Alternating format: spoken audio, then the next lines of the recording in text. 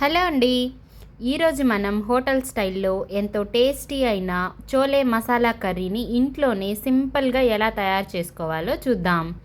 మెత్తగా ఉడికిన శనగలు, గుమగుమలాడే మసాలాలు, నోరూరించే థిక్ గ్రేవీతో ఈ కర్రీ చపాతీ, పూరి, నాన్ దేనిలోకైనా చాలా బాగుంటుంది. మరి ఈ సూపర్ టేస్టీ రెసిపీని స్టెప్ బై స్టెప్ చూసేద్దామా? ముందుగా 1 కప్పు శనగలను కడిగి రాత్రంతా నానబెట్టుకోవాలి. కుక్కర్లో నానబెట్టుకున్న శనగలు, నీళ్లు, ఉప్పు వేసుకొని మూత పెట్టి మీడియం ఫ్లేమ్లో 3 విజిల్స్ పెట్టుకోవాలి. శనగలను మెత్తగా ఉడికించుకోవాలి. ఈ కర్రీకి ఒక స్పెషల్ గ్రేవీ మిక్స్ని తయారు చేసుకుందాం. ప్యాన్లో కాజు, ఎండు కొబ్బరి ముక్కలు వేసి గోల్డ్ కలర్ వచ్చే వరకు ఫ్రై చేసుకోవాలి.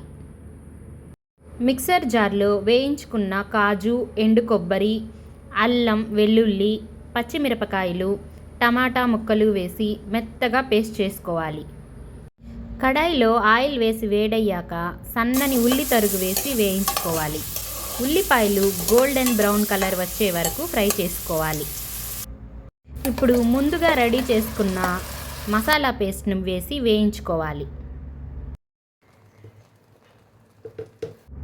ఉప్పు, కారం పొడి, ధనియాల పొడి, వేయించిన జీలకర్ర పొడి, పసుపు, కరివేపాకు వేసి బాగా కలుపుతూ ఫ్రై చేసుకోవాలి.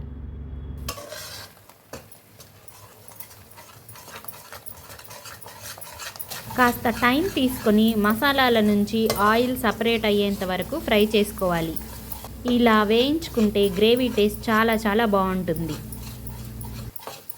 చూడండి, మసాలా నుంచి ఆయిల్ ఇలా సపరేట్ అవ్వాలి. ఇప్పుడు ఉడికించుకున్న శనగలు నీళ్ళతో సహా పోసుకోవాలి. ఒకసారి బాగా కలుపుకొని 10 నిమిషాలు మీడియం ఫ్లేమ్లో ఉడికించుకోవాలి.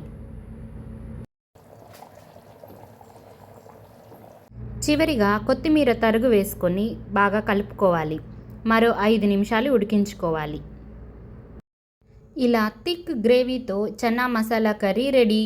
అద్దిరిపోయే ఫ్లేవర్స్తో ఉండే ఈ కర్రీని ఒకసారి ట్రై చేసి మీకు ఎలా వచ్చిందో కమెంట్స్లో తప్పకుండా తెలియచేయండి.